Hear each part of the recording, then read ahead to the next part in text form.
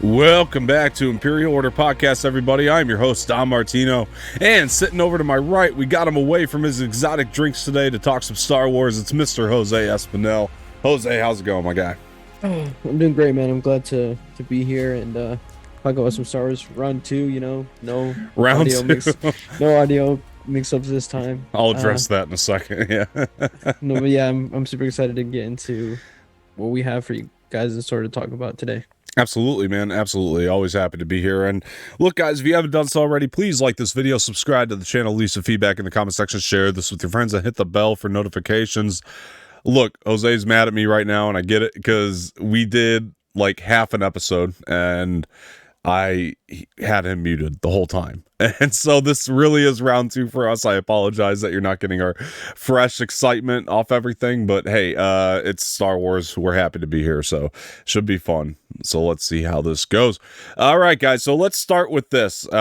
So one of the things that was very important to me when starting Imperial Order was that we did get into some of the outside canon, outside some of the movies and TV that you're watching and stuff Outside canon, outside non-canon over there. But and that's cool too. The legend stuff, absolutely, because you want to see what they cherry pick from and things like that. So that's important as well. So for me, one of the things that I thought we should get into, I thought it could be super fun to try to get into is the comic books. A lot of these kind of comics have been a great experience for me, reading through them and stuff, and so I've had fun with them. And I think that the 2015 Star Wars series was one of the best places to start. I mean, this is before Lucasfilm had comics, or Disney Lucasfilm had comics, and this is the first thing that they released was these Star Wars the 2015 line written by Jason Aaron. And those the only comics released before Disney took over? No. This is after Disney. So these are in the Disney canon. So this is 2015 was when they. How many were released before? Oh, tons. They have a whole other thing going on with Legends in there. Yeah. So I actually haven't read through those yet, but the canon stuff. So is this the first comics that Disney released? Yes. Yeah. So these are the first ones that Disney released, and is the 2015 line written by Jason Aaron. And I think a lot of what I got out of these just gave me some super cool insight for myself into a lot of the outside story, and it kind of started to expand the universe for me. And this was really honestly these 2015 comics is really what made me go, yeah, I gotta start reading more canon, and get into a lot of this other stuff going on in the world of Star Wars. And I'm happy I did, but I haven't read them in a while. It's like we're talking 2015, and so, I wanted to start to get into the new comics. And so I was like, Jose and I should start brushing up on these again, try to get through them, because these new comics are getting a lot of hype. These are supposed to be, some of the better comics that they're writing. And so I wanted to get into, get a refresher course on what had happened prior and all that kind of stuff. And, maybe once we're through this 2015 line of comics, we can maybe watch Empire Strikes Back or something. We'll see to, kind of have a finale to it, and because since this is like a New Hope 4.5, like, or Star Wars 4.5, not New Hope 4.5. It's honestly the extension of A New Hope, and it's a lot of fun to go through. But yeah, Jose, I know you kind of had a different experience with them today, so I'll let you talk because this is your first, sort of initiation into some of the comics here. So what was your first impression? I guess story-wise, there were some aspects that I liked. Like I said in the previous recording, right? I'm not the biggest fan of comics. I guess I never really was, even like at a younger. Now that I'm getting more into reading, even back when I wasn't really reading that much, not even like I thought I'd be more into comics because it's less reading, because I didn't really like reading big books. So I figured I guess I was more into comics when I was younger, just because it was less reading. Mm-hmm. But now that I'm getting more into reading actual books, I find myself getting distracted by the artwork, as opposed to reading I'll read the thought bubbles, and then I'll forget about the pictures. I'll go back to the pictures, and then just kind of forget sort of what the thought bubbles are really saying. Yeah. But I mean, we'll see further down the line if there's a line of comics that I actually enjoy reading. But you know, some of the characters in there as well. I like seeing some people I'd never heard of. Yeah. I like seeing them and hearing about them. Yeah. But again, I guess the artwork for me for certain characters could have been done better. But I mean, that's just me. I mean, to each their own, you know. But yeah. No, man. I mean, look, I actually personally, so I'm gonna do editorials of these two guys, just so you know. You will find these on Imperial Order Shorts. I'm gonna try to breeze through these as quickly as possible too. And yeah, Jose, just I guess kind of keep up with me as I release stuff. I'll let you know where I'm at and stuff, and we'll try to catch up before the next podcast too. And so we're staying in the same page and everything. But anyway, I'm sorry. So so this first one was written by Jason Aaron, and it's illustrated, by John Cassidy and Laura Martin, and this is the Skywalker Strikes graphic novel. This contains the first 6 issues of the Star Wars 2015 line, which Jose read today. So I just kind of wanted to talk about some of the stuff that was in here. So my impression of it is, first of all, rereading this one, I think the artwork is amazing in these first 6 issues. I think it's got this vibrance to it. It looks good, man. It makes me feel like I'm in Star Wars for myself. Going back and seeing the characters, like the way that the dialogue is written, I mean, they feel like the characters that we all know and love from New Hope, and it really does feel like you are coming into the world right after New Hope, and so that was something I really enjoyed. It kind of kept that tone for me, and so I really actually love this one. Couple little minor gripes for sure. So one of the things that I had a problem with, I don't know if you caught this too, you probably had the same issue. So in the beginning of the of my many issues, but yeah, in the beginning of it, they're shutting down this Imperial factory. That's their mission, but we never really learn why or how they got onto that mission. So that was one of my gripes, and I think that this is something that comes up in the Jason Aaron comics a lot, is where you'll see characters go on missions. You're never really sure why they're going on these missions, but I guess you could kind of chalk it up to the fact that they're part of the rebellion and they're going after the Empire. I was gonna say they just want to get as much of the Imperial's supplies and resources. It makes resources, sense, like demolished all the like big factories and that hold all the resources and gunpowder, wiped away, so that they don't have sources and like resources and stuff to fall back on. So they're kind of just sent on these missions to destroy all that stuff. And don't get me wrong, like it makes sense that the rebellion would go on that kind of a mission. My gripe is like the fact that we just got no pretext. We're just kind of thrown into it, like I guess the way they got there was, I mean, they got the help from Han Solo. Yeah. He's gone through like the entire galaxy in his Millennium Falcon. So he probably knew about that place, or maybe the rebels found it somehow. I mean, who knows? I mean, I just felt like we were thrown in a little too early, a little too prematurely. And then, like, even if we were going to go that route, I wish we would have gotten more about it, like, after the fact. Like, we just kind of jump, you know what I mean? So, either way, so one of the great things, though, about this, so I think it's paced really well when you're reading. I was able to read through it pretty quickly. I mean, I think this early stuff is paced incredibly well. I mean, each issue took me about, 5 minutes to read, maybe. They don't take that long. Like they really, because they're only like 20 pages. Each issue is only like 22 pages. Paced incredibly well, I thought. The first one was like 40 something pages, but I think that's because they had so much stuff at the end. Like like they had different comic series mentioned, and then a bunch of like the advertisements and stuff. For me it's I don't worry, in the graphic novel version of it, it's all at the end of it. So at the end of the first 6, I guess they advertise all that, but still in there. That was all at the end of the first issue. It makes sense, because they were trying to reading it. They were trying to really build. So if you bought it by the issue, you would get it in the first issue, but if you bought it by the graphic novel, you'd get it at the end of the first 6. So it makes sense. So for me, because that's what thing I'll mention here for the folks. Jose did read this issue by issue, as opposed to me. I own the graphic novel, so I'm reading this graphic novel by graphic novel. So Jose might get some bonus stuff that I'm not getting out of this, to be fair. And if I do, it's probably at the end, and I might skip it. So just to be fair to Jose here.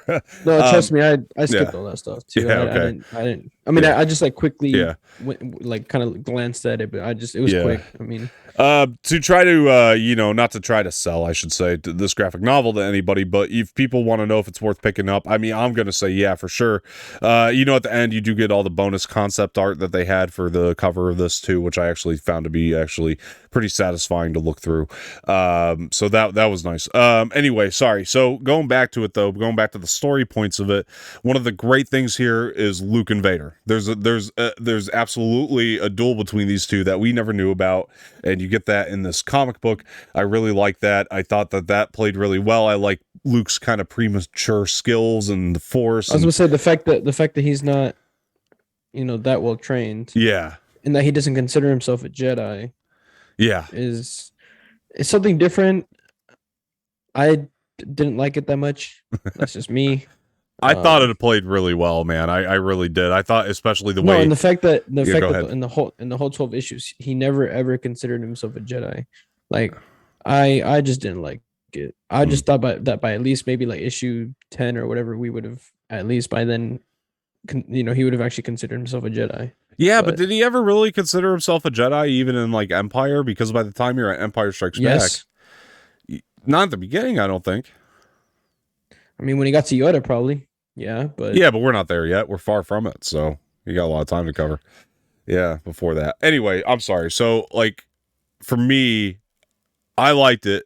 I honestly saw him more as a kid in these issues, and I just didn't really like it. I didn't like it that much, really. Yeah, I don't know. I thought it played pretty parallel with the New Hope Luke. That was my take on it. Like, I thought, like, if you're gonna take Luke right out of the end of New Hope, I mean, and he's still very premature and everything, so I think it works. I like it, but that's you. That's fine. But yeah, man, I mean, and the Han and Leia stuff, it's on point in these first 6. I mean, Han and Leia definitely doing really, really well here. And I like the flirtatious vibes they give one another, and it feels like Han and Leia when you're reading it. So that stuff I really, really enjoyed as well. Luke, this stuff, one of the nitpicks I guess I could see somebody having with this graphic novel in particular, these first 6 issues, is that, it is a lot of setup, that's for damn sure. Like, this is definitely setting up.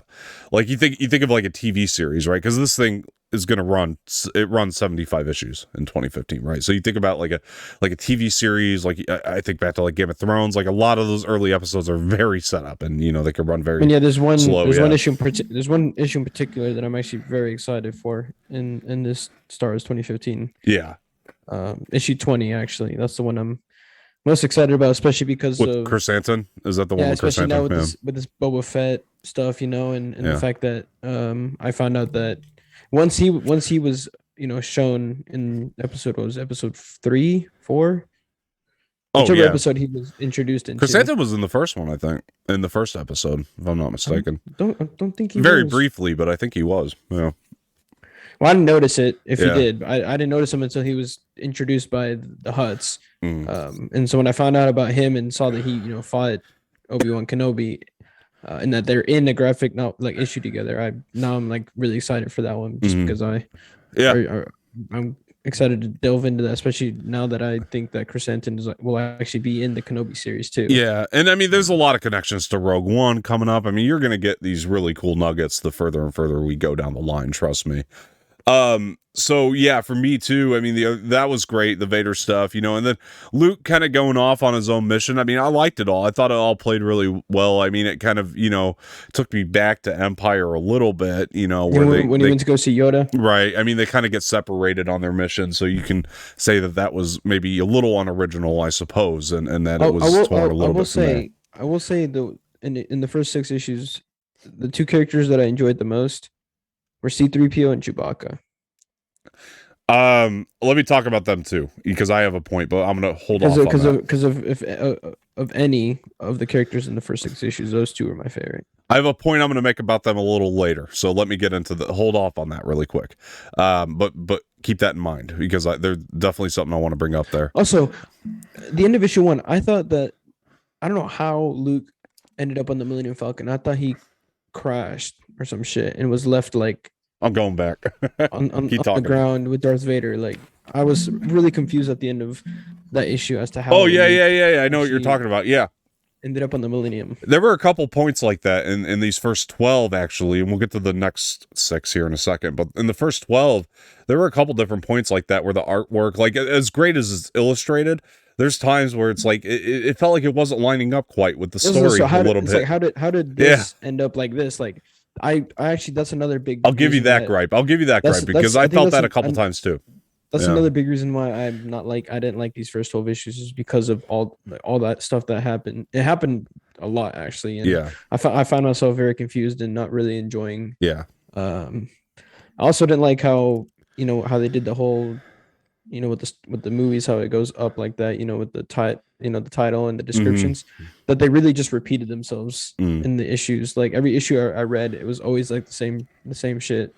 Oh, right. Yeah. Well, that's because the only reason they do it that way, though, in their defense, is because per graphic novel. So, like, this one has the first 6, right? And I only get this once, the crawl. Like I only get the crawl once in mine.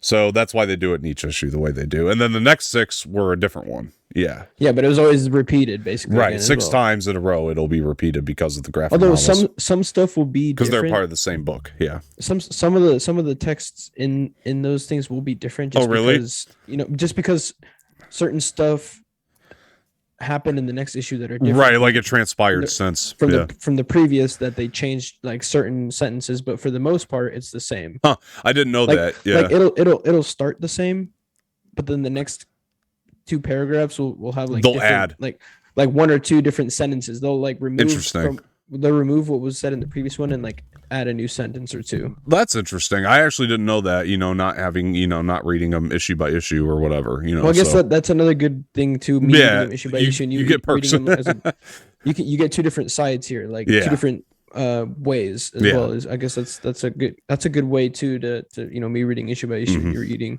as a graphic novel. You'll get these different viewpoints.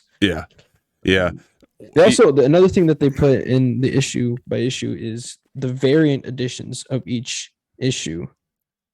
I get those at the back. But the only difference is that they're in black and white. That's the only thing that they change. They're not really that different. They're just in black and white, really. I see. Yeah, that's the only difference between the original and the variant edition is that they're just black and white, really. I didn't really look through them on another cool thing they put in the issue is old figurines of different characters. Like they have one for Greedo, one for C3PO, one for R2D2. That's cool.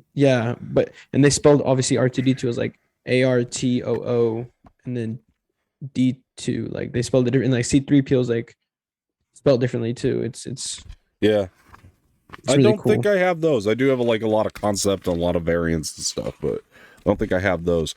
They put those before the actual like first page of the issue. Yeah, let me see if it's in the front somewhere. Just really quick here. No, I don't have that. Anyway, so that's cool.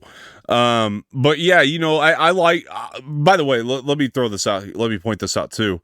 Luke goes, searching for answers, right? He goes to Tatooine, and I did like that at the end of, I think it's like issue 3, you get that little tease of something being left for Luke. Because the box is like, it says for Luke. Yeah. I do question a little bit, like I really liked Boba Fett in this too. Actually, I was gonna get to that next too because I really enjoyed Boba Fett in this. He was another one of my favorite characters in these issues that I read. He was definitely really sick. I mean, I could just feel the live action Boba Fett in these issues. Honestly, like it was great. I did love Boba Fett in these first 6. I thought he was great. I thought the fact that Vader hired him to find out the name of Luke and the fact that Boba Fett was the first person to tell Vader, not the Emperor, is a new piece of information, and so that was dope. I love that. I was about to say the way that he found out about Luke, which is different from the movies. I actually found that was one of the things that I actually liked from these 12 issues that I read. That was one of the bits that I actually really enjoyed. It's new information. It's great. It's and awesome. The way he cracked the window he was staring at with his with the Force, I thought was really cool too. Absolutely. When he found out that the name that he said was his son. That was great. Really cool. The way he cracked the window with his with the Force was really cool. Awesome stuff for sure. Yeah. Yeah, but then we also, the Obi-Wan stuff was cool too. And then like, learning about the fact that he left Luke something. I did like that little nugget in there. And the also the fact that he didn't give this to Luke when he gave him the lightsaber, though. Did make me question some things. I mean, it's not the biggest deal in the world. I just kind of wondered, like, why didn't he just give him this though when he gave him the saber? Like the journals of, maybe it was on purpose. Yeah, interesting. Maybe it was on purpose. Maybe he didn't. Maybe he wanted Luke to find it himself. Yeah. Han and Leia, though, they go off on this other mission, and like honestly, another time they don't really explain where they're going. I mean, we kind of find out in the next 6, I feel like, but in these first 6, they don't really explain why, where they're going. I mean, Han goes because Han's whole motivation is still get my Falcon fixed and I'm getting out of there. So he's trying to get the resources. Get the money. Yeah. He was promised to get the parts to fix his millennium and then just get the hell out. Yeah. I did like that Vader went to Jabba though to negotiate for new resources. That was sick. That was sick. Yeah, that stuff's really cool. And I like how they translate too. Yeah. And it's like translated from Hut Tees. They put that little note in there for you. That's actually one of the better aspects of Jason Aaron's writing for sure. Because I saw it because when I read in the issue by issue, they put it as like they'll do the translation and then like right at the bottom corner that's how it is here. Yeah, they have like SW and then it says like translated it from Huttese or some shit like that. Yeah, it's pretty cool. I enjoyed that 100%. I'm and all right the other translations they do within the because in the next 6 they also translate from a different species. Yes. Yeah, which I really enjoyed too. We'll get into that too. But so Luke finds a journal, but at the end of the whole thing, here you get at the end of the 6, I should say the first 6, we get the tease about Han Solo's wife, and that's like pretty much where it ends up until we transition over to Boba telling Vader. Which I was gonna say, this whole Han wife thing, which I didn't know who was at first. I thought it was some random bounty hunter. Because it kind of gave me off like a. That's how they teased it. Yeah. It gave me like a Fennec Shan type vibe because of the helmet that she wears is almost like Fennec Shan's. So she kind of just gave me like a bounty hunter type vibe. Yeah, they pretty much set it up that way to make you think that it's just some bounty hunter. Yeah. So that got me like that ending when they teased her. It kind of had me excited for the next issues because I was like, so who is this? I mean, she's after Han, but like, is she a bounty hunter? Is she working for Jabba? Is she working for Vader? Like, who's she working for? Yeah. So first 6 wrapping up though. Go ahead. And that turret that she has, the voice command turret, that's pretty cool too. Yeah. She says knees and takes out their knees. Hand takes out the hand, lips. Yeah, that's sick. That's really sick. First 6, I'm gonna give them a grade for Skywalker Strikes. I'm gonna actually say this is a must read. This is my personal opinion. Oh, we're doing it like that. Okay. For the first 6, and then we'll get into the next 6 and the next graphic novel. So Skywalker Strikes, I'm gonna say must read if you're a hardcore Star Wars fan. I think that this is awesome. So that's my grade for that. But of all the stuff to read for Star Wars, I would give it a might read. Might read, okay. Just because I feel like there's other better stuff that you could read, even canon stuff. I feel like there is better stuff that Disney. There is better stuff, yeah. That's canon that you could read. I would still rather read non-canon Star Wars books than comics, just in my opinion. Mm-hmm. Just because there's so much there that like, there's just so much in these books that. At least so far, that's how you feel. At least so that far, that Star Wars hasn't. Obviously released in like movies or shows, but that they have and could still nitpick from. So, that's just me. Pro tip: listen to some Star Wars music while you read these, though. It does help. So, pro tip. I actually haven't needed to do that for these non-canonical books, which I am actually pretty impressed by because I usually have to listen to music when reading books, but with these non-canonical, at least so far, I haven't had to listen to any music. Okay. It's I can still imagine like what's happening in my head without needing to listen. Like I'm able to still vision these non-canonical, like I can envision scenes of like what's happening just in my head without needing music. Yeah. I was thinking at first of reading these issues with music, but I just ended up not. You should. It does help me anyway. I don't know. Because they're just so easy to like, so quick to read. Yeah. That I just didn't feel like I was going to need. music for them. It But enhances it for me if you listen to Star Wars music with it. That's my opinion, but I mean, that's how I try felt. it out maybe. But That's how I felt with like Dune and like those newer Star Wars books that I bought. yeah, Um, that the music kind of helped, like especially for Dune, the music really did help me yeah, envision the movie as I was reading. right. But it's just I don't know. It's just not that way with these non-canonical. I don't know. Yeah, It's different. It's weird. interesting. But Yeah. yeah. I don't know. I'll have to dive into some legends and let you know how I feel about that. But yeah, guys, look, and then the next one we have is Showdown on the Smuggler's Moon. This contains issues 7 through 12. See, this is where you might disagree with me, but I actually preferred 7 to 12 than 1 to 6. I do disagree with you. Okay, so here's what okay, so first of all, let me start here. So this one is also obviously it's written by Jason Aaron, but the illustrators are different. We have Simone Bianchi and Stuart Immonen, they illustrated it differently. I thought the art paled in comparison to Skywalker Strike. Paled, is that Like worse or better? Worse. Oh, Like, see, that's where that's where I also disagree. Really, you thought it was better in the next 6? Mhm. Okay, all right, fair enough. Look, so we start out with the Journals of Obi-Wan, which I actually thought was a cool way to start.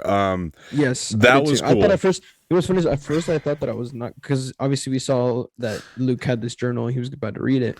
I thought at first I was not gonna like a whole issue about his journal, but I actually really enjoyed it. I Yeah. actually thought it was really cool starting off with the whole issue about his journal. Yeah, I actually really like seeing like what he was up to on Tatooine, obviously because this was um after Order 66, Yeah. I assume. Um, and seeing like what he was up to because we never actually knew what he was up No. to in the movies yeah, after Order 66. So it's really cool to see like what he was up to after Order 66 on Tatooine. So yeah, I actually really enjoyed it. it is cool. I mean, like honestly, like to kind of get that, those nuggets in there, it's great to see that. But I thought the storyline, this part of the journal, and the journals do get better from my recollection. Like there are some actual great journal entries from Obi-Wan that we get later. For a beginning, I mean, I just did not think that this entry in the journal was all that compelling, personally. That was my opinion of it. But I did like having it. Don't get me wrong. I disagree. Yeah. Only because with the whole the way that he saved Luke Yeah. and I did like that, by the way. Returned him to his uncle and aunt and said, this isn't the end of the Jedi, and I hope he can save the Jedi. Yeah. And all that stuff. I actually really enjoyed all that. Yeah. The fact that he couldn't help because he was trying to stay undercover, not be a Jedi. And I did like that too. His powers, how he had to just kind of watch people get beat up and stuff because they had to pay water taxes to right. Jabba the Hutt. Right. I actually really enjoyed this the whole journal entry. Here with this thing. I really did. I liked the fact that we got to spend time with him, trying to be incognito and like how difficult that was. I thought that was the best aspect of it. And then I did like spending some time with the younger Luke and stuff, but I just thought it was weaker. Now I would say this, like knowing what happens in the future with these journals, this did become more important to me. You do realize like that this is more important than it feels.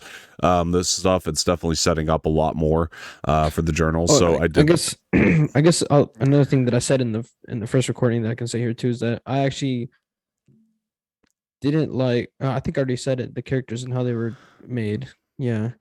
Like Kenobi did not look like Kenobi at all. Like, yeah, you didn't like the translation, the illustration, right? They could have done a way better job. Yeah, making Kenobi in this artwork. Like, it's honestly not that hard. Yeah, like it shouldn't be that hard, honestly. Like, right. Kenobi didn't. You had to like Kenobi did not look like Kenobi at all. I don't know. He looked nothing like the young Kenobi from the old movies. He didn't even look like old Ben either, but that was obviously way down. I don't know. I thought he looked like a mixture of both. Which is how he should look at that age, range. But that's my personal opinion on it. But that was me. I liked it. I like the illustrations for the most part. Again, I like I said though, these illustrators, they did pale in comparison to me. From the other one, but I didn't mind the Obi-Wan thing, but I just found the story overall to just kind of play a little bit uncompelling, and I thought it was a bit short. The issue seemed incredibly short, honestly, like to me. I mean, all the issues to me seem short. This one seems too short. Like, I don't know, like Journals of Obi-Wan Kenobi, you think it would have been longer, it just felt a lot shorter, but I don't know, whatever. But moving, I'm thinking too much of books, man. I'm just so used to books now that I just think all the issues are way too short. Yeah. Like comics are, I don't know. Yeah, I feel like you could have made all of this into a whole book and you would have been fine. Oh, for sure. Like, yeah, you could have. I don't know. I like the visual art and all that. I mean, that's the thing is that you can add those to books these days. You could add all those artworks into books. Like it's, I mean, well, they are in books. If you want to get technical. Like with big, like longer chapters and more words. I got you. I got you. But so Luke is, reading this, and then, I liked him, kind of flying through space with R2 and all that, and like R2 take over for a while, while he's reading the journal. Like, I thought that was fun. He's like, do you think you could take over for a little longer? Yeah. Because that was actually a fun little moment. Then you get back to Han and Leia, and this is where it gets really clunky for me. Now I did like getting more information on Santa and stuff, and like, what that whole thing was, and then but Han's explanation is like, I was on a job in spice and blah blah blah blah blah. It's like, okay, that's kind of like, it was so glossed over. It was like, give me a little more than that. Like, I don't know, like that to me was kind of. You mean the reason he gave to why he's not actually married to her, or why he did get married to her, like it's why because it was a distraction to rob his place. But it was like, I don't know, give me more, like, I don't know, that's how I felt about it. I want the whole comic to give me more, if I'm being honest. I mean, I just want, like, in this case, for sure, for me, I feel like the whole 12 issues could have given me more. Like, I feel like they were too short. I feel like in most of the scenes in these comics, they could have given me a lot more. Even with the whole Vader Luke stuff, I feel like they could have given me more of that. I feel like they fell short in a lot of this stuff. Fair enough. Yeah, this is the one spot it fell short for me, though, like, for sure. And then like, her, this whole thing, it played incredibly clunky. I mean, between her wanting to kill them and the not wanting to kill them, and it's like, okay, I get that the Imperials were coming through, and they had to get the hell out of there. So then she also told his wife that he's a rebel now. Yeah. So that really made things more complicated for her. So she just ended up deciding to save both of them. Yeah. Again, clunky explanation, but in my opinion, yeah. So this definitely in story and illustration just started to pale in comparison for me. Then you have 3PO and Chewbacca going to go for Luke. Yeah. Yeah, so this is where I'll get into this, because Chewbacca and 3PO saved the damn thing for me, because like Chewbacca and 3PO were fantastic in this. Like, Chewbacca was actually my favorite character in issues 7 to 12 for sure. Their chemistry was so good, man. Too. Yeah, honestly, because the whole bar scene too, where Luke was at when they go to ask, like, we're looking for a friend. And like him translating to everyone what Chewbacca was saying. Yeah. I really enjoyed. Chewbacca with the bounty hunter was really cool. Yeah, for sure. What was it? Dengar. Dengar was in this, which I thought was a cool scene. The one thing I said, it did feel like Dengar was in here for fan service and nothing else, but okay. I mean, and then the Jar Jar Binks lookalike. There was a Gungan in this. That's correct. Yeah. Which I didn't mind. I didn't mind. I didn't like that much, but I didn't mind it. Like, usually I would, but it brought me back to Phantom Menace, if I'm being honest, and it just made me not like it. Fair enough. I didn't mind the Gungan only because as I was reading, his thought bubbles, I just imagined Jar Jar Binks in my head the whole time, and you should. I guess that's the goal. I didn't like it. I mean, fair enough. I didn't mind it because he wasn't in there too long, and the other part of it is, even that little bit he was in, I still felt like you could have had anyone talking to him. Like, they had to put a gun in there. I mean, it could have been anyone. I guess it just to me like made it feel all the more connected, and I was okay with it. Like I didn't mind it. Like, did I love it? Was it my favorite thing? No, but I didn't mind it this time. Having a Gungan in there wasn't too bad. But the thing I would say though, moving forward with it is definitely like the oh gosh, what was his name? No, how did I forget this already? Was it Gusgar Hut or something like that? Grekis. Grekis, thank you. Grekis Hut. Cool. Super cool character. Huge. Yeah. Huge.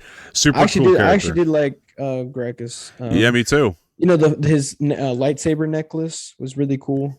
I didn't even realize that it was a lightsaber necklace until this one specific scene in issue 10, 11. Yeah. Can't remember what issue it was, but it was in one of those where I actually find out that it was a lightsaber necklace, which I thought was really cool. And we're just getting great lore here too, because you got the game master, and that whole twist was great. I was gonna say the game master was sick. Super cool. I honestly thought at first that he was a Sith. I see. I could see why you had that impression too, for sure. That was my first impression. I mean, obviously he was wielding a Jedi lightsaber, so everyone's first thought is like, oh, is he also a Jedi? But my first thought was actually that he was a Sith. Yeah. But then it turned out that he wasn't either a Jedi or a Sith. Yeah. The game master, that was cool. Written so well, it was good. The Jedi relics that Grakis collects is really sick. So much lore there, you know what I mean? Like with the lightsabers in the back, and you know, Luke was about to be killed, but he actually was able to open that holocron. Yeah. Was really sick. Oh, that was cool. That was cool. The holocron was great. Yeah. That beast that Luke was fighting was pretty cool as well. Yeah, I did enjoy that. That stuff I really it liked. reminded me of it reminded me a little bit of a robotic Rancor. You know, the game master turning on Grakis, telling the Empire that you know, Luke is, if you come now, you can probably still save him. Yeah. Chewbacca holding the Bard owner like by his feet and asking him like where Luke was, and then just dropping him. Again, I thought the dude was gonna die, but then you see in the next picture that he landed on some like trash. Chewie and 3PO are the saving grace of this graphic novel here. I mean, they really are, man. They do. The one thing 3PO did in these last 6 issues that I really liked was 3PO grabbing the thing that was shocking Chewbacca. Putting it on himself, that was cool. Chewbacca could fight. That was really cool. That was great, man. That was great stuff. Oh my god, what's funny is that you can throw punches, but I can throw even harder ones. And then he throws a punch at Chewbacca and doesn't do shit. He's like, all right, maybe I can't, but I've got some toys. Exactly. That was actually a good line. Yeah. That whole scene. Well, those scenes with Chewbacca and I forget his name. What's his name? Dengar. Dengar. Yeah. That was sick. And then when Han, you know, pops up and shoots him, he's like, you know, give up now. Yeah. And then Chewbacca just grabs him and throws him over the edge, and the dude just blows up. Yeah. Consider it settled. That's what Han said. That was funny. Some good stuff. The stuff. I'm sorry. With the Game Master though, going back really quick, like that was like a double twist because it sounded like you just said Game Master. Game Master. That was like a double twist because at first you find out he's an agent, and when I'm reading it, because I forgot completely. Honestly, when I was reading it, I was like, at first I was like, well, damn, is he a rebellion agent? You know, you know what? And then he ended up being a Vader agent. Yeah, because when he first said, because he never said at first that he never once mentioned Empire. He's like, if you come now, you might be able to save him before he dies. I first thought that he was communicating to like the Rebel Alliance. Me too. Yeah, but then you find out that it's actually, you know, for the Empire to come get him. Yeah, which completely blew my mind. Yeah, and then when you find out he was a stormtrooper for Darth Vader. Officer something Creel was his name. Right. He called it. I think he called him Agent Creel. I think he called him Agent Creel. It was Agent or something like that. Something along those lines. It was Creel though, for sure. Yeah, it was Creel, and that blew my mind. Yeah. You know, they arrested Grakis. Yeah. Oh, Han, Leia, and Chewbacca holding lightsabers. Oh, they all had lightsabers. I thought that was really cool. Because R2 went back into the Jedi relics and grabbed 3 lightsabers, Yeah. Gave one to each of them, and Han Solo was like, I could really go for a good blaster right now. Yeah. Yeah. No, that was Then perfect. Yeah. Leia was like, I've always wanted to use one of these. That was really cool. Yeah. All three of them having them Then was cool. Leia saves Han's wife, Sana Solo. Yeah. Sana, which was pretty cool. Yeah. What else happened? I do like that. I mean, Sana claiming that her ship is faster than the Falcon. I don't know. It's like, that was interesting because it seems like, I mean, it's definitely higher grade because she's got voice command turrets on her ship because she commanded the thing to shoot at the Falcon or at the ship that they're using and completely destroy it. Yeah. I do like Sana really Solo. Cool. Like I like the way she interacts with the characters. I just find her explanation of being in the story a bit wonky, but I don't mind her when she's in there. That she's the wife of Han and wants him back. I don't mind that. Yeah, I like it, and you know why? Because she reminds me of one of those I like crazy her. Bitch, those like insane crazy bitch wives that just like want nothing but their husband back, and I really actually enjoyed that. I'm okay with that part of it and the aspect and her character and everything. It was the explanation of we were doing a job of spice and blah blah blah blah blah, but it was a scheme. I mean, what else are they supposed to say? I don't know, something better than that, or give me more. That's all. Give me more. If we're gonna do a spice thing, fine. I was gonna say I quite enjoyed the explanation. Interesting. Okay, I did not, but either way. I like her. It sounds very Han. Okay. The distraction. Yeah, fair enough. I mean, distracting to smuggle. I mean, that's very Han. Yeah. To smuggle. So to make a distraction with this other girl to smuggle this stuff just sounds very Han to me. I mean, interesting. Yeah. It didn't play that way for me, but we'll see where it goes. We'll see where it goes. Like they might. I don't remember if they explain more or not. I mean, maybe I become more satisfied with it later. Because actually, I think she of the characters that aren't in costume or that aren't like CGI characters or like machines. Like Jabba and Boba, who's all armored. Characters that aren't like that. She was actually my favorite. She's cool. One. She's my favorite, like drawing wise. Yeah. She's actually my favorite. Like I like her better than Luke's, Han's, Leia's, Obi's. Like she's actually my favorite. Only I guess because I've never heard of her or seen her in live action before or in any animation. She was actually my favorite. I actually like the way that they drew her. I actually kind of. It's gonna sound weird, but I almost like fell in love with her. I agree, man. Like her look and everything, I love it. Like I love her character. I think she interacts well with the other ones, and I think she's good in the story. I don't mind her being there at all. So no gripes there. I agree with you, for sure. But yeah, so this one, I mean, I think it ended similarly though, right? Where he went back and was like, the game master Creel. He went back and told Vader, Luke pretty much got away, right? I mean, that was the whole ordeal, and so that was kind of similar. I think he said something about too that like, maybe Kenobi chose him for a reason or some shit like that. There was that little nugget in there. He said that to Vader or something like that too. He's like, maybe Kenobi chose him for a reason, right? Well, and that he's got a lot. He's no Jedi, but he could become one. There was something like that. Yeah, exactly. Yeah, there was something along those lines. Yeah, so my thing is like, so Vader just pretty much stayed somewhat in denial up until the Emperor came back around to it in Empire. That's kind of my thinking or line of thinking at this point, on him being a Skywalker and all that too. And like, because I mean, Vader, like, don't get me wrong, Vader has a great deal of interest in Luke, obviously, because it's because he wants him to be a Sith. Yeah, obviously he wants him to come to the dark side, just like how it happened in the movies. When Vader found out he had a son, the Emperor's ultimate plan was for Luke to become a Sith. So, he just wants what the Emperor wants. Yeah. That is for Luke to become a Sith. Join me, and together we will rule the galaxy as father and son. Yeah.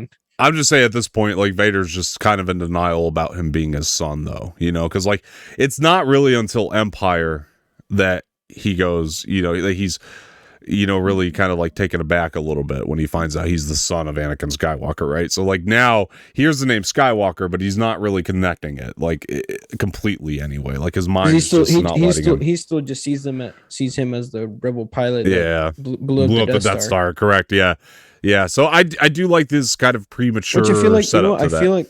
I feel like it might have played out the same way in, like in between A New Hope and Empire before he, it might have played out the same way. Who knows? all that time between the two movies, or like before all this other shit that we saw in the movies happened. It might have played out the same way. Who knows?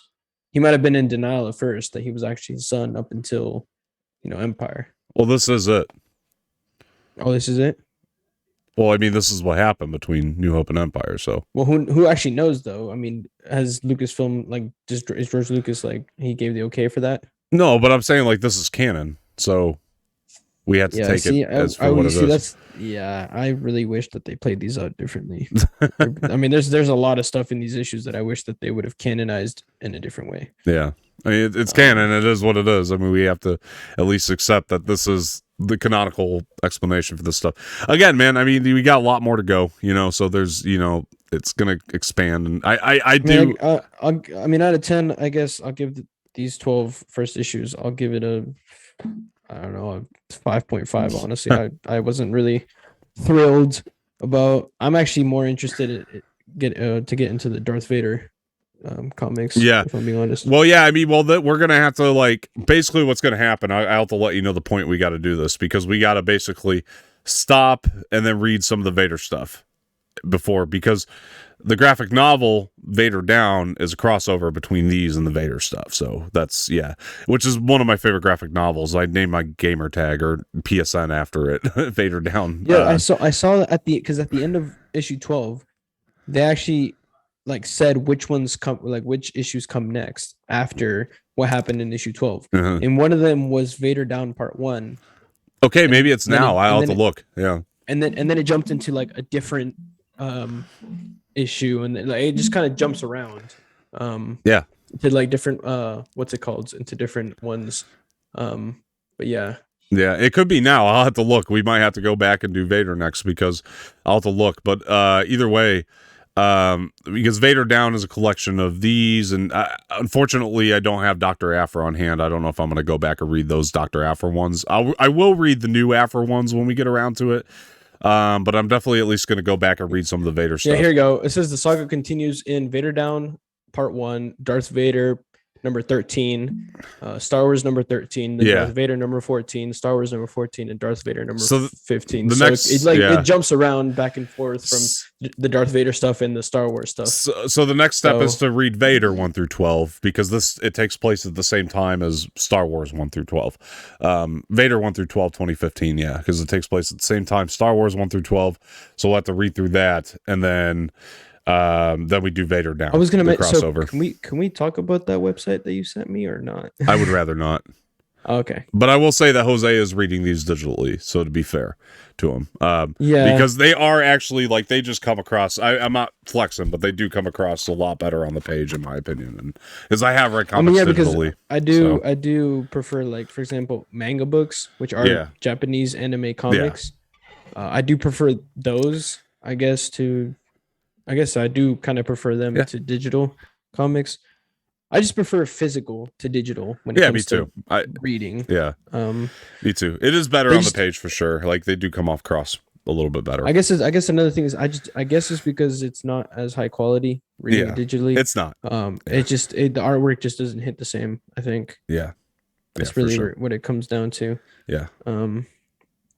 Hey ho. I mean, it is what it is. Fair enough. I mean, I understand, because I have a harder time with it digitally. But I mean, if you can ever, if any of these really stand out to you, I would recommend buying them. If there's any collection of issues that stand out to you, I do recommend buying them. The Vader ones is the ones that I think I'm really going to enjoy the most. The Vader stuff is the best stuff in Star Wars comics. I mean, canon comics anyway. Do they sell it on? I want to see if they sell it on Amazon. Yeah, I think you can still find them, the 2015 line and the 2017 line. So the 2015 line of Vader, just for the folks that don't know, the 2015 line of Vader takes place at the same time these do.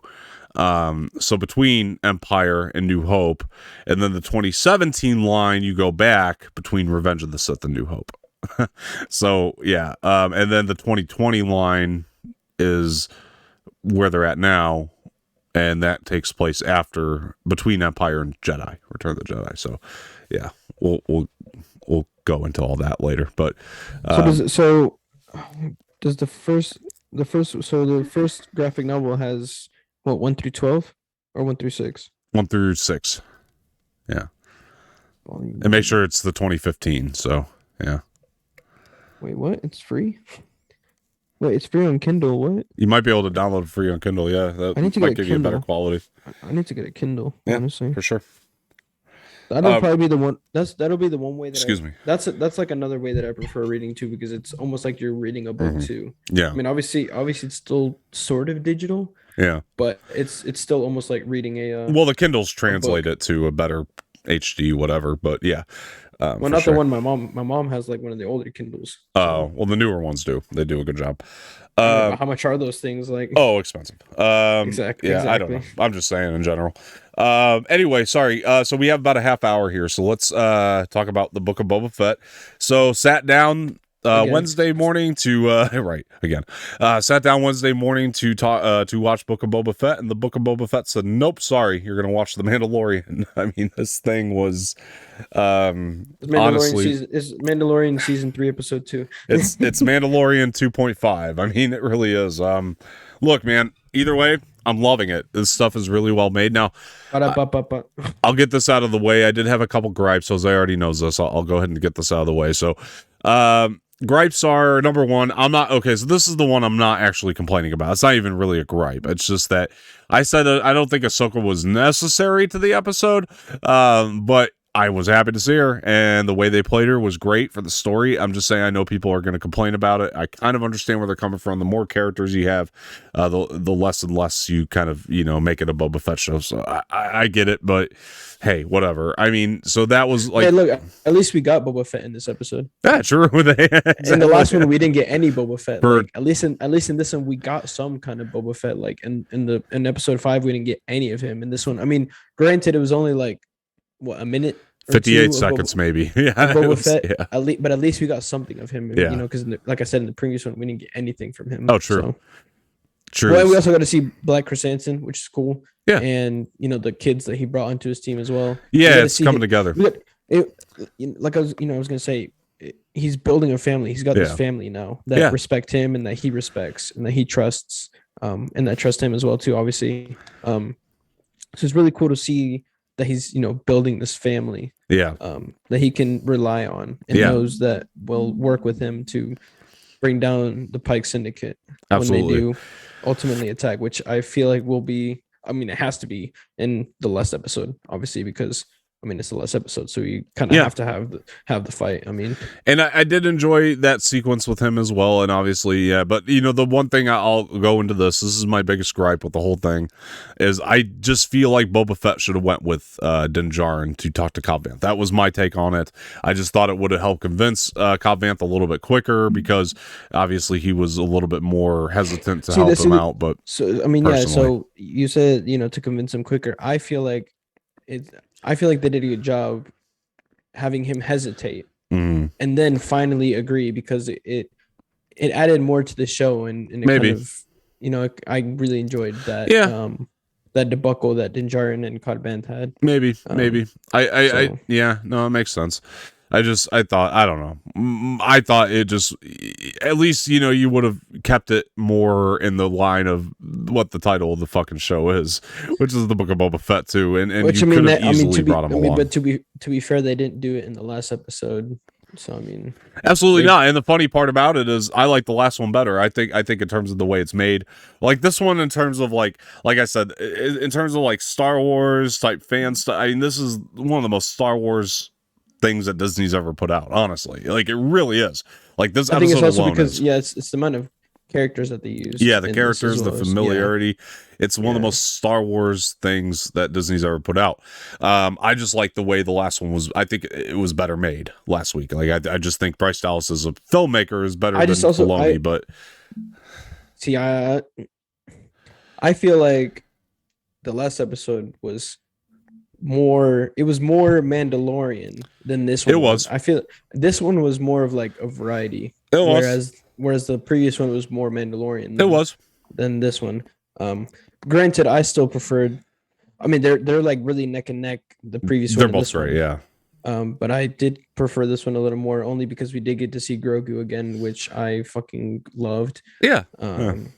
Seeing Ahsoka again as well was awesome. Yeah. Seeing more of the deepfake Luke was also incredible, phenomenal. Well, it looked phenomenal this time, especially, and we were saying this earlier. Like They made the right move hiring the guy, from like YouTube. like you And, said, yeah. oh my god, yeah, that was like the best decision they've Yeah. ever made, because he literally deep faked better than Disney did, which says something.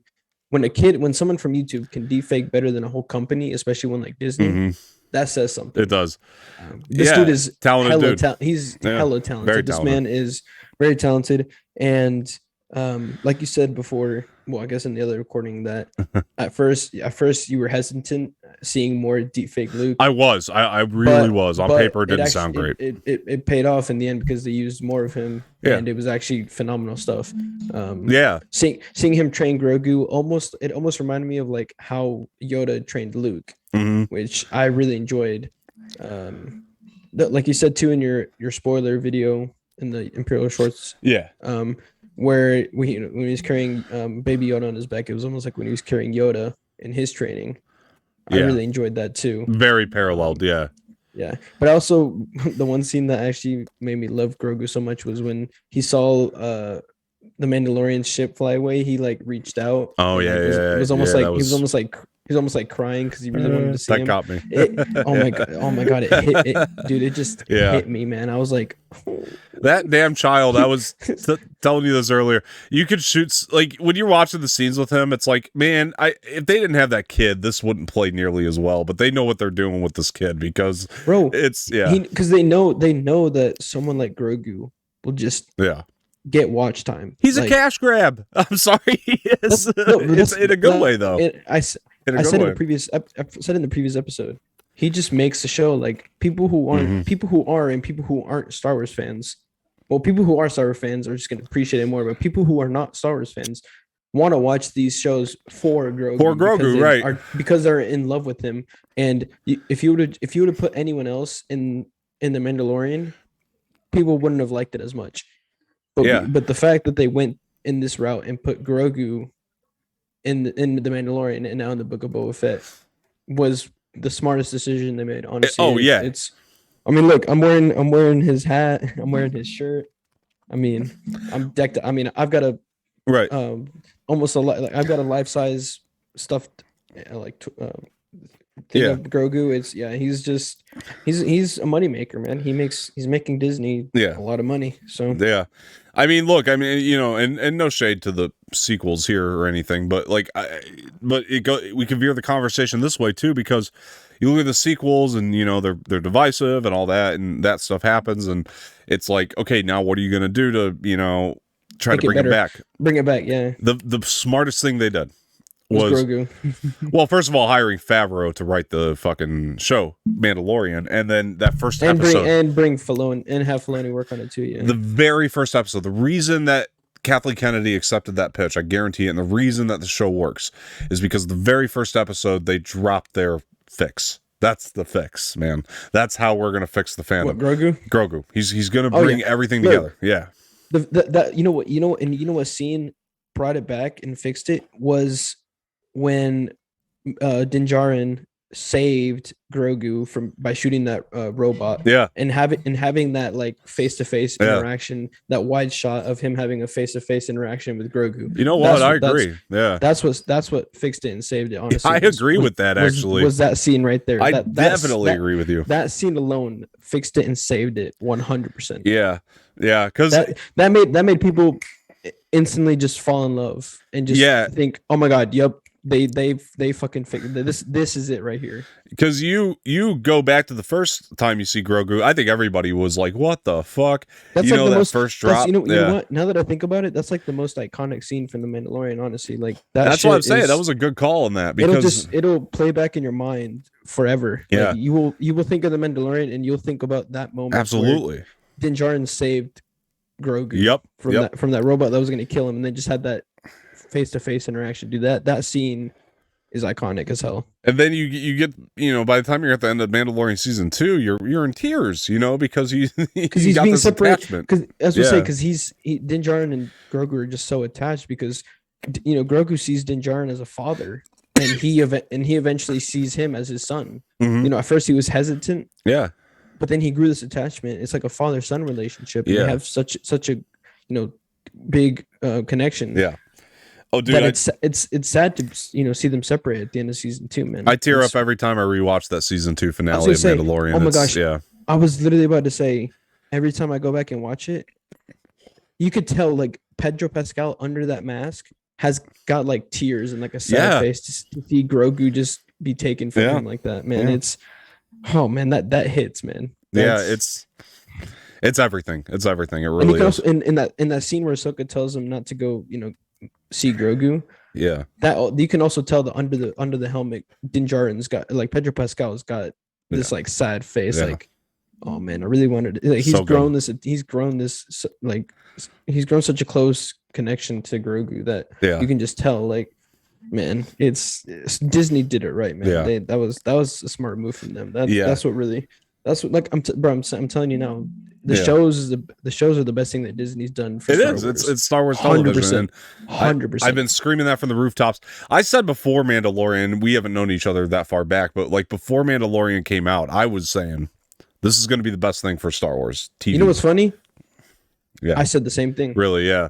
Yeah, bro. I told myself after watching the episode 7, 8, 9, I told myself this is what's gonna save Star Wars. This is what Disney's gonna do that's gonna save Star Wars, because right now with these 3 movies, they're really like the fandom's a mess. The fan base was a mess. They were fucking shit up with these new 3 movies. Yeah. And I told myself, this is what's going to save it 100%. Yeah, it did. It is. And it has. Saving Star Wars. It has saved it. Still in the process, I would say, but it's definitely working. It's working, and it's one single character that has saved really everything. Grogu, man. Grogu has done it all. Like, props to Pedro, obviously, because he's fucking phenomenal. Yeah, I think all these characters are so great, but the Grogu part of it is the key. Oh my God, Grogu was the key. Yeah, 100%. Grogu was the key, and like, this brings me back to this episode. This is the reason that this episode is in the season. I'm going to tell you right now, honestly. If you want me to be very honest about it, it's to let you know we're not getting rid of the kid. You're going to see a lot of this kid. We have a way to do that. I was going to say, because once everyone saw that Din Djarin was in the 5th episode. Mm-hmm. Everyone was saying, "Where's Grogu? Where's Grogu? Where's Grogu?" Right. And then John Favreau was like, "You know what? There's your Grogu. Yeah. We haven't forgotten about him. We're not gonna, get rid of him.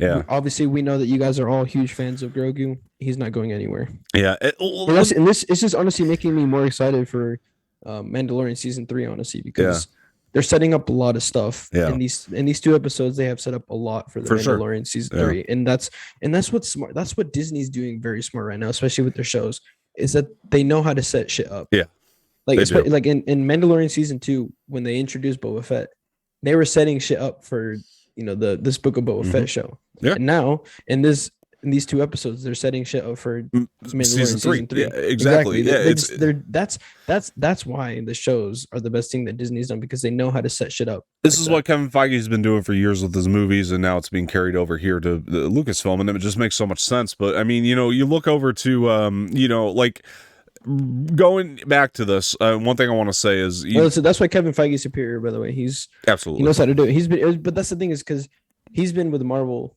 for the longest time. Like, Kevin Feige knows how to do it. Yeah, it's true. They're not gonna get rid of him because he knows how to do it. Yeah, it's true. He is the Dave Filoni of Marvel. Yeah.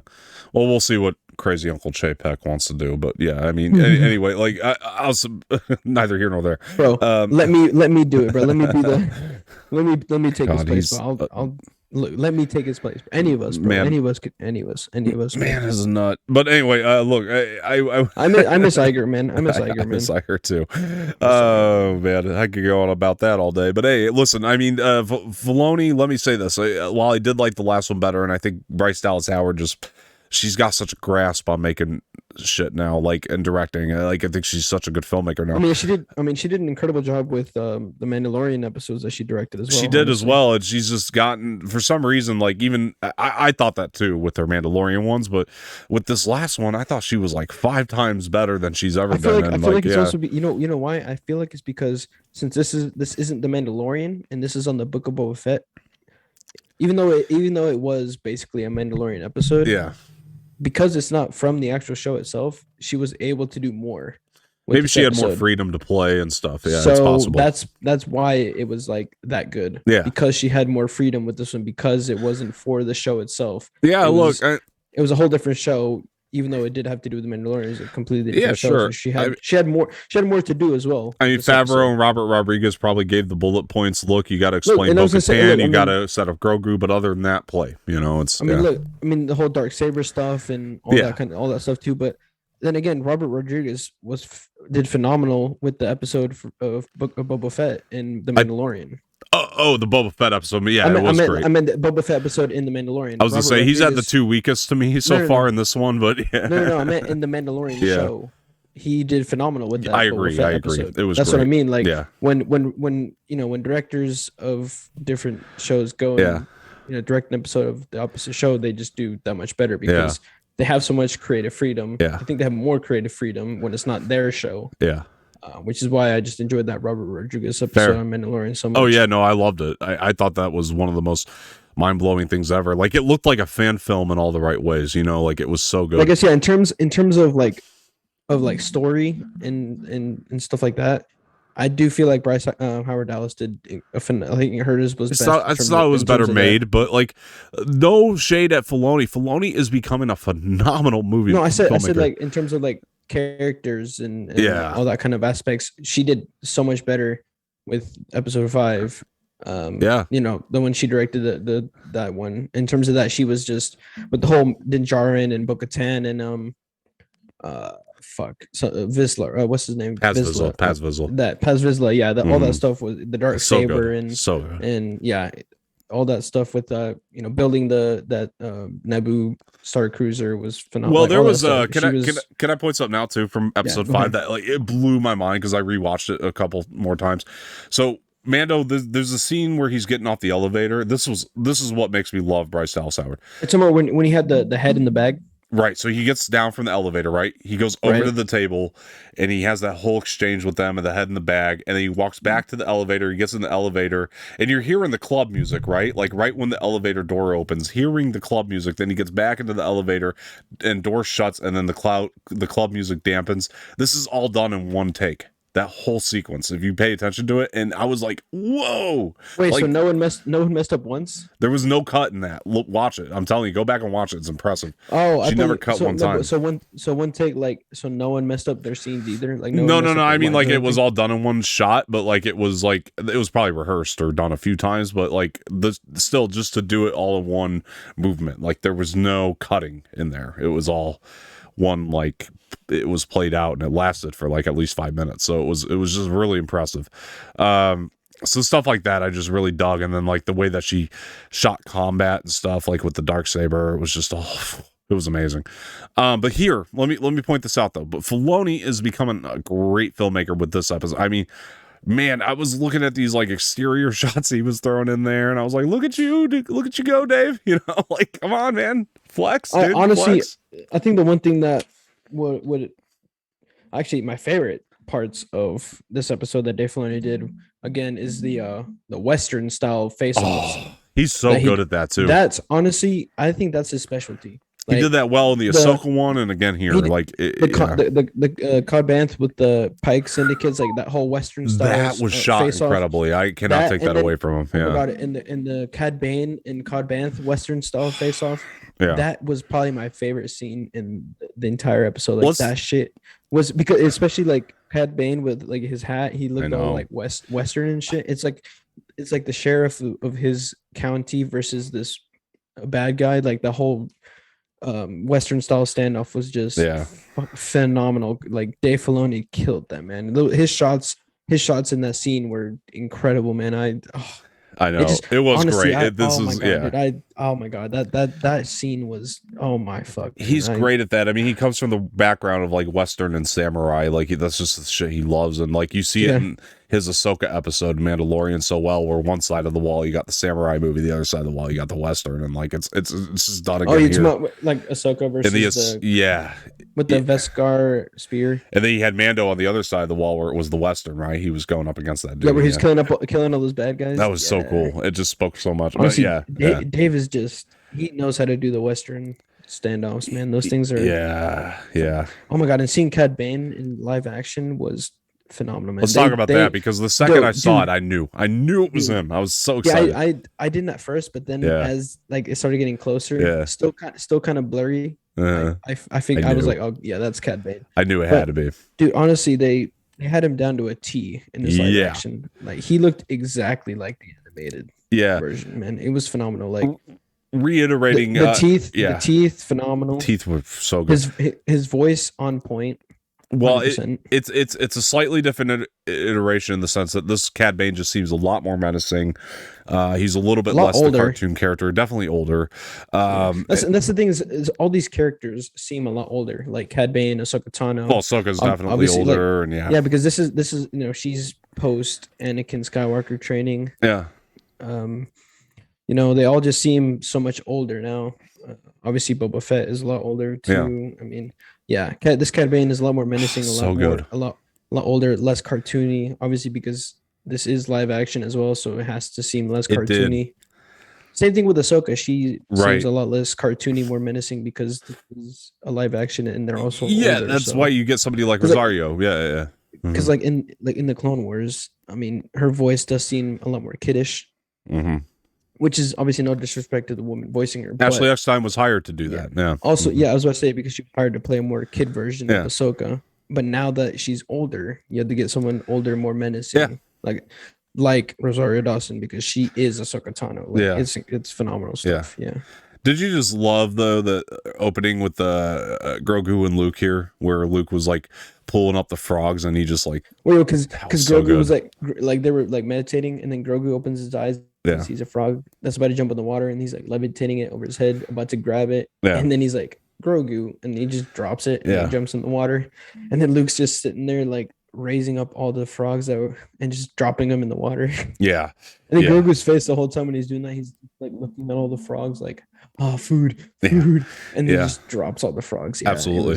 And then when Luke pulls out his lightsaber, he's like doing the whole fighting stuff, bro. God, that was where the deep fake looked incredibly impressive, because you watch it and like it looked. 100%. I mean, granted, they did it quickly, and you can sometimes tell when they're trying to shoot around it because they just don't have the budget or whatever. But still, you're watching that saber fight. It looks so good. Like it looks like Luke with the lightsaber. Does that kid that does he film those? Does he do like those scenes, or do they film that like Lucasfilm? So I think what they do is they film it and then they bring it back to the lab. It's so different with the ILM stuff too. So it's a good question, because with the way the ILM makes these, they're not on location ever with these. They're always in a studio, and there's always all the surroundings are always green screened. Right. Well, it's not even green screen anymore. It's just like a bunch of televisions around them that they just film. And so it's like it's not. Or they could build a set that looks like it, and just kind of add more details. What they do a lot of the effects is they render them first, and then they put it on the set so they can film it that way. It's really amazing stuff. But so I'm not sure if they're doing Luke prior to post production, or if they're going back to the way they did it in season 2, which was do it in post production. I'm not sure. Honestly, 100% not sure. I would imagine they're because Mark Hamill is coming to set and stuff, so I would imagine that I'm guessing he is.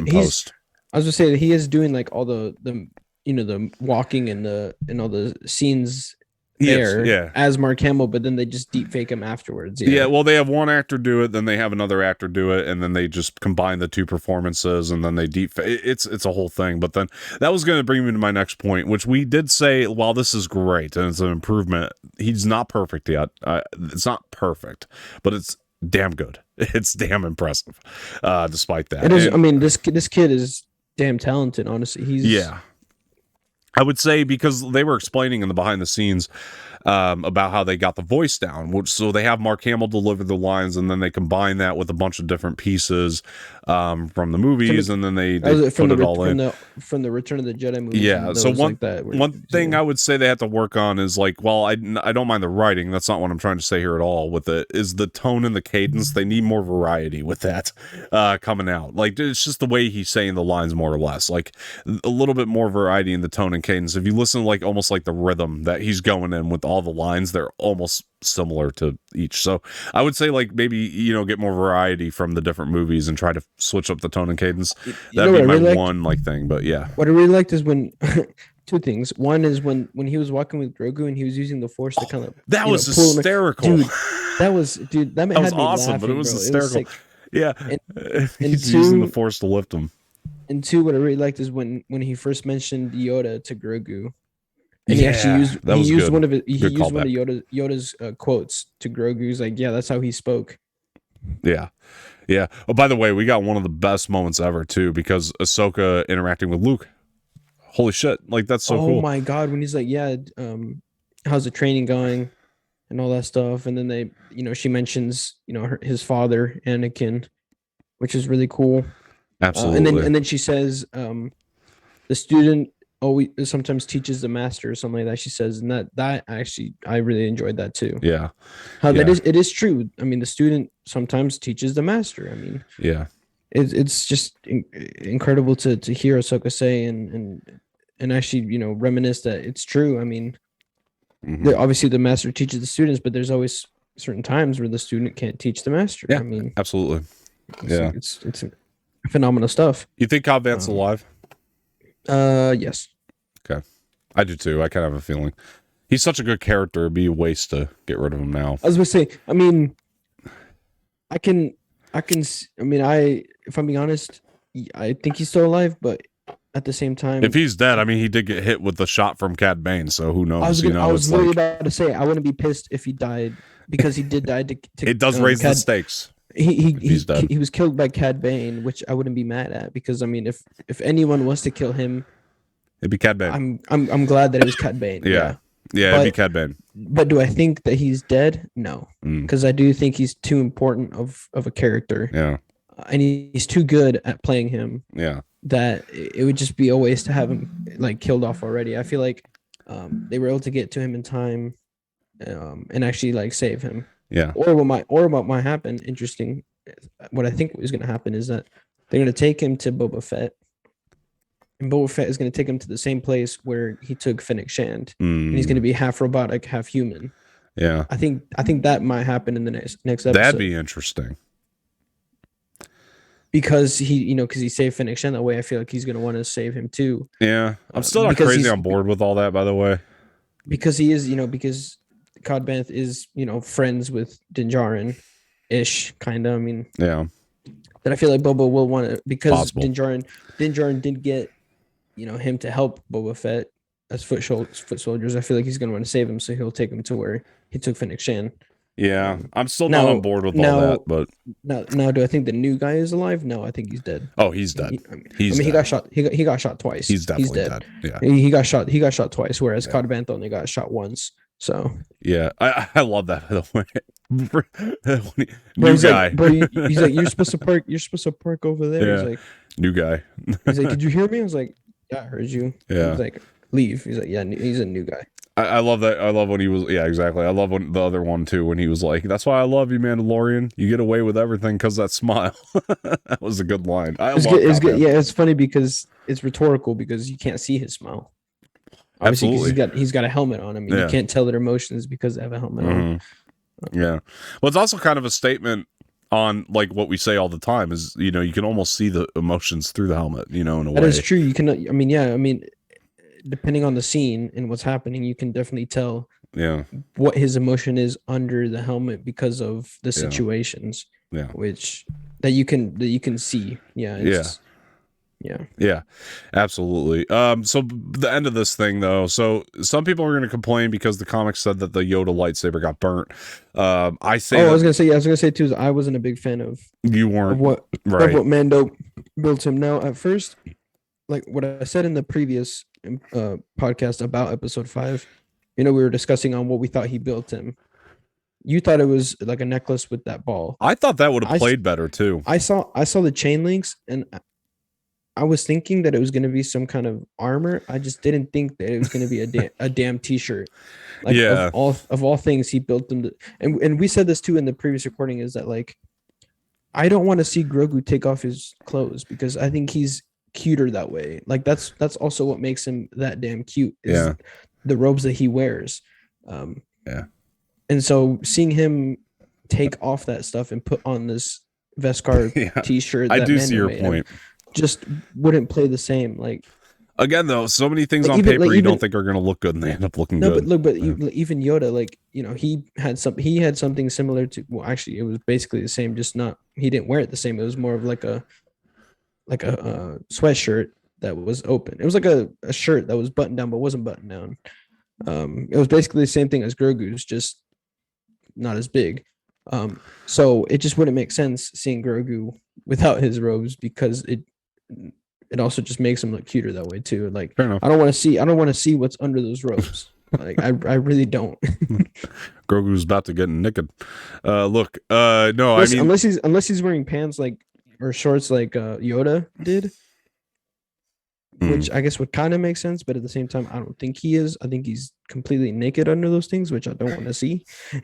So, but yeah, of all things, a Veskar T-shirt. I don't I know, honestly, man. I thought it was gonna be something. I didn't think it was gonna be the necklace, even though I understood where you're coming from with that because that was very significant. I thought And that would have played better.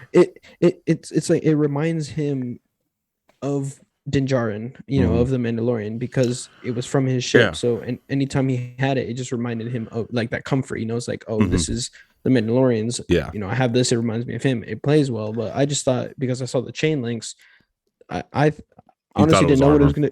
I thought it was gonna be. I didn't think it was gonna be a T-shirt. Well, good for Christ's call. sakes. I mean, you got it close. I mean, it was armor, but I Yeah. just didn't expect it to be a damn T-shirt. You know what I mean? Like, We'll see what happens. But look, I definitely think he's going to go with the best car. And the Yoda lightsaber, let me explain this because I think a lot of people are upset because in the comics it got thrown in the fire apparently to be destroyed. But I do think that in the canon novels, in the canon comics, but I do think that there's an interesting story to be told there about how that lightsaber was maybe retrieved after the fact. So I think there's nothing to complain about. There's probably an interesting story to be told. Yeah, do you think Luke recovered it or possibly, man? Like I was saying on the prior recording, Luke's out there looking for tons of shit, dude.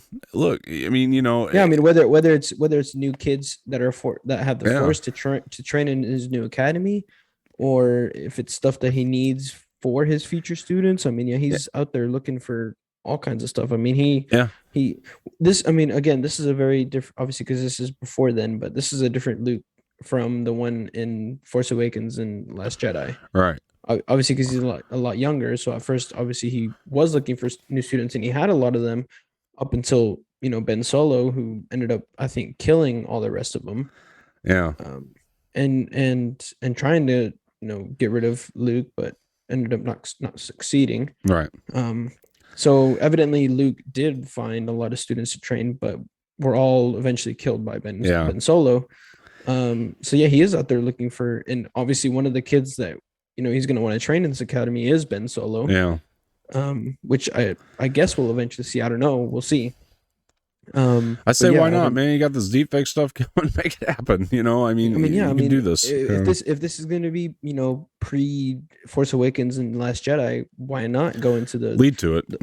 Exactly. Go more into what happened up until then. I think they're going to play into that eventually. Yeah. Up until that scene that we saw in the flashback of what happened.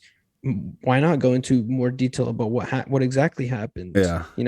Because they kind of went into that a little bit in that Terrifying Tales Star Wars special about like what happened and everything. Why not kind of go more into that and show what all happened in there, which is what I feel like they will do because fans are curious. Yeah. For sure. I think it'd be a good way to play it. I mean, look, a couple more things here. I mean, R2. You did say that that Grogu would go for both the armor and the lightsaber. Yes, I did want to point that out too. Thanks. Yeah, go ahead. Yeah, because no, because I think that maybe there's a third option of because Luke, what I was thinking about was Empire. Luke disappeared from Yoda and came back, and so maybe Luke will start to see it that way, one way or the other. Maybe Grogu goes for both, and maybe that makes Luke think about that, and then maybe he'll think, "Oh wow, I kind of went away and had to do what I had to do to go see Han and Leia because I had attachment to them for a little bit." Maybe that'll play back in. Actually, he always had attachment to them. I mean, they were his. Well, he was in love with Leia at the time, and Han Solo was. He might see that. And he was his best friend. Han Solo was his best friend, so he sees he basically sees himself in Grogu in a way, Yeah. where he's grown this attachment to Mando, and maybe it's his destiny in order to become a powerful Jedi that he needs to go see Mando for a bit and then come back and continue his training to become, this powerful Jedi. Yeah. Now, how that plays into the yellow lightsaber that was teased for Mandalorian season 3, who knows? Where he finds the yellow kyber crystal, who knows if it even is going to be yellow? I mean, they teased yellow in the poster for season 3, so I'm assuming that it's going to be yellow. So the questions are how he got that kyber crystal in the first place, and how that all plays into everything that we've seen so far. Yeah, honestly. Yeah.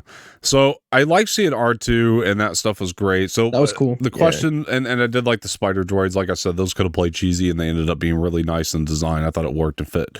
So something I would say here, would be, the first of all, the flashback. I said it kind of took me out of it, the way that it was done. I mean, a little bit. I thought it could have been done a little bit better. But that's where I said that, like, it's the first time we see a flashback like this through the Force, right? Through the Force like this. So I kind of, enjoyed the fact that they did something different, because it's a different way of going through a flashback that we haven't seen before. So I actually really enjoyed it. Because also in a way, because flashbacks, I've noticed that are darker or scarier have that little like blurry effect. I've noticed. And so since this kind of was like a little scary, darker flashback for Grogu, because he's seeing all these Jedis get killed, and these, guys with guns come up to him, is like a little scary and dark. That I like that like dark sense with the blurry stuff in his flashback. I actually really enjoyed. And I like that it's there. I think it's good foundation to keep building, like they did with Mando with his flashbacks, to keep building the backstory. And I think that it'll be great to have there. Just hope that they do something a little different, but who knows? I don't really care. It's a nitpick. The other thing I would say is, there's a lot of theories being thrown out there about Jocasta Nu, maybe, being the one to say Grogu. I'm on board with that. She did have archives of Force sensitive people, so she knew all that stuff, and she was alive well after Order 66. She stayed on Coruscant. She stayed and protected those archives up until the point that Darth Vader, he came in and killed her finally. That's a really good moment in the comics. Side note, really quick, and then we got to wrap up because we're short on time. But quick little side note. So Darth Vader, he goes into this temple, right, to get Jocasta Nu, and it's so good, man, because you have to get into the archives, right? You got to, and this is explained in Clone Wars too, you have to have like DNA or hand recognition like scanned, and like I'm guessing it scanned Anakin Skywalker, right? And it scans. It was just so cool because he is Anakin Skywalker. Yeah, he puts his hand over it, and it's like, welcome Anakin Skywalker. He took off his glove from his outfit and just put his hand on there. Or did it scan through the glove, or I think it just scanned through the glove, if I'm not mistaken. I'll have to go back and revisit, but I just thought it was really cool. This thing, because he's still physically, body wise, he is still Anakin Skywalker.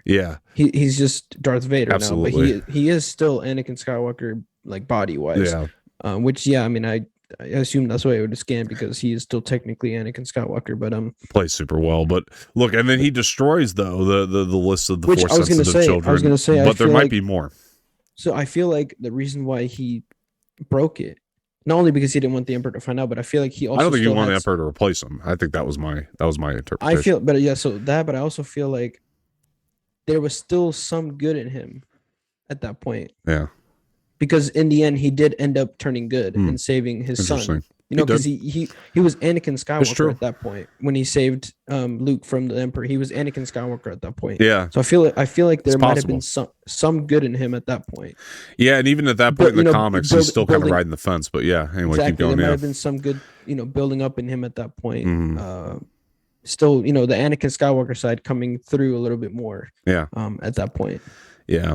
Really quick too, I do think that this planet that they're on, it might be Ajan Kloss. I'm still on the fence about that, but it might be because we never got an explanation about how they found Ajan Kloss and Rise of Skywalker. So it also reminds me of a map from Battlefront 2, which you said is in Battlefront 2. Yeah, Ajan Kloss is in Battlefront 2. It could be, honestly.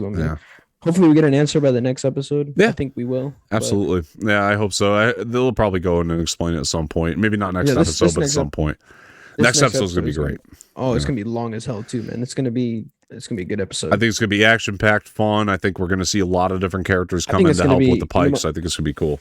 I'm It's a gonna be a guess right team now. up episode. I think it's gonna be an hour and 20 minutes long. That's my Oh, guess right that's now. a little tall order, but I would say maybe 59 minutes. That's my guess at this point, but we'll see. Maybe you know what? Hour 10. We'll put it hour Hour 10. 10. All right, Yeah, man. I think Dude, it's I gonna be like hope an so. I hour hope 10. you're right by all means. I'm going to go 59 minutes, but I hope you're right by all means. But look, guys, that'll wrap it up today. We're at the hour and a half now, but it was a fun episode today. It was fun. Love talking about all this stuff. I think the comics are giving us some more stuff to talk about too, so we're definitely going to continue with that, and I'll have some We need to try editorials. and find some legend stuff that we both have that we can read and talk about too. For sure. Honestly. For sure. We'll do that at some point as well. Absolutely. Look, guys, please like this video, subscribe to the channel, leave some feedback in the comments, and share this with your friends. Hit the bell for notifications. Let me know and let us know. I'm sorry, us. It's a team effort. What you thought of the Book of Boba Fett this week, and you guys should read along with these comics. And yeah, for sure. And if you've already read them, if you've already read them, yeah, your opinions in the comments section down below. Yeah, are you enjoying them? Are you not enjoying them? I like them overall so far. I mean, I've read them before, but I'm rereading them. I'm liking them overall so far. I know that they do get better as time goes for sure. But anyway, look, guys, that'll wrap it today. So once again, I've been Don Martino. This has been Jose Espinel. Jose, where can people find you? At Type 1 Latino, all lowercase, all together on all socials. Oh yeah, you can find me on Twitter at Dom_Martino_ and on Instagram Dom_Martino_official. You can also find the Anorax pages on Twitter at Anorax Official and on Instagram at Anorax Official. We appreciate you guys joining for this episode of Imperial Order Podcast, and we will see you guys later. Bye. See you.